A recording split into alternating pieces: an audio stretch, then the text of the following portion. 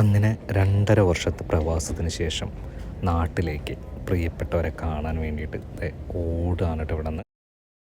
അങ്ങനെ ചെക്കിങ്ങും ബാക്കി പരിപാടികളൊക്കെ കഴിഞ്ഞ് നമ്മൾ ഫ്ലൈറ്റിൽ കയറാൻ പോവുകയാണ്. ഫ്ലൈറ്റിൽ കയറാൻ നിൽക്കുമ്പോൾ എയർപോർട്ടിനകത്ത് ഫ്ലൈറ്റ് പാർക്ക് ചെയ്തിട്ടിരിക്കുന്നതും ആ ലോബിയും കുറേ നാളുകൾക്ക് ശേഷം നമ്മൾ കാണുമ്പോൾ നാട്ടിലേക്ക് എത്തിപ്പെടാനുള്ള തിരക്കും മനസ്സിൻ്റെ ഒരു വ്യഗ്രത ഉണ്ടല്ലോ, അതൊക്കെ വല്ലാത്തൊരു ഫീലിങ്സാണ്.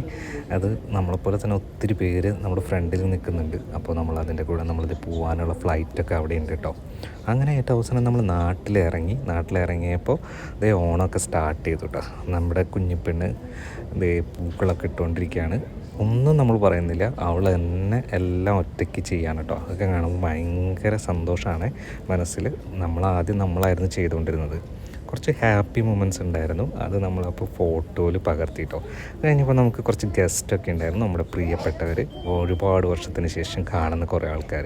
അങ്ങനെ ഇരിക്കുമ്പോൾ നമ്മുടെ അനൂപ് സത്യനന്ദിക്കാരൻ്റെ മകനെ നമുക്ക് കാണാനിടയായി.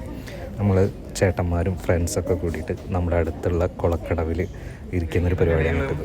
ആൾക്കാർക്ക് സർവേ ചെയ്യാൻ പഠിക്കാതെ ഇത് സന്തോഷമാണെന്നുണ്ടെങ്കിൽ ഇതിൻ്റെ ഇടയിൽ ഒരു ദുഃഖം കിട്ടാം. നമുക്ക് ഉത്രാടാണ് അവിടെ ആഘോഷിക്കാൻ പറ്റിയത്.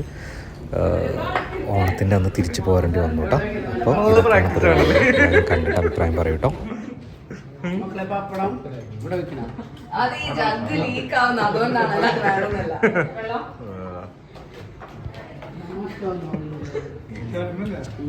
നാളെ ട്രോളുകളുടെ പരിപാടിയായിരിക്കും.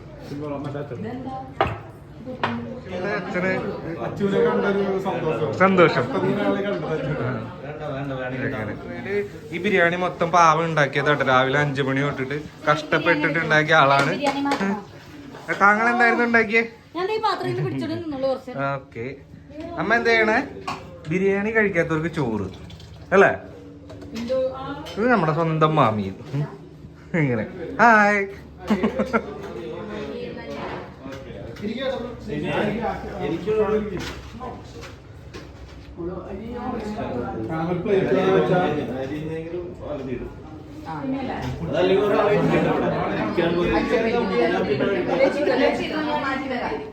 ആരും ഇരിക്കണില്ലേ പിന്നെ ഞാൻ തന്നെ ഇരിക്കേണ്ടി വരും കേട്ടോ. ആരും ഇരിക്കണില്ലേ ഞാൻ തന്നെ കയറി ഇരിക്കും. ഇവിടെ വേറൊരാളുണ്ട് കഷ്ടപ്പെട്ട് വേറെ എന്തൊക്കെയോ ചെയ്യുന്നു.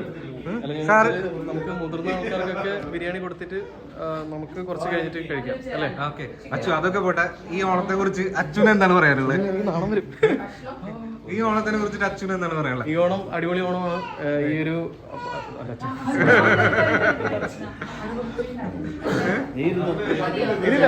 എല്ലാരും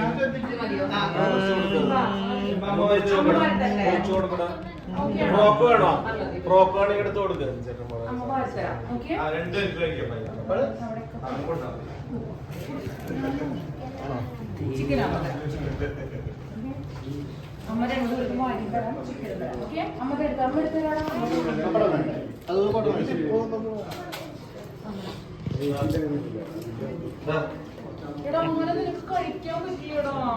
ഇത് കൈ കൊണ്ട് കഴിക്കാൻ കുറച്ച് ബുദ്ധിമുട്ടുള്ള കുട്ടികളാണ്.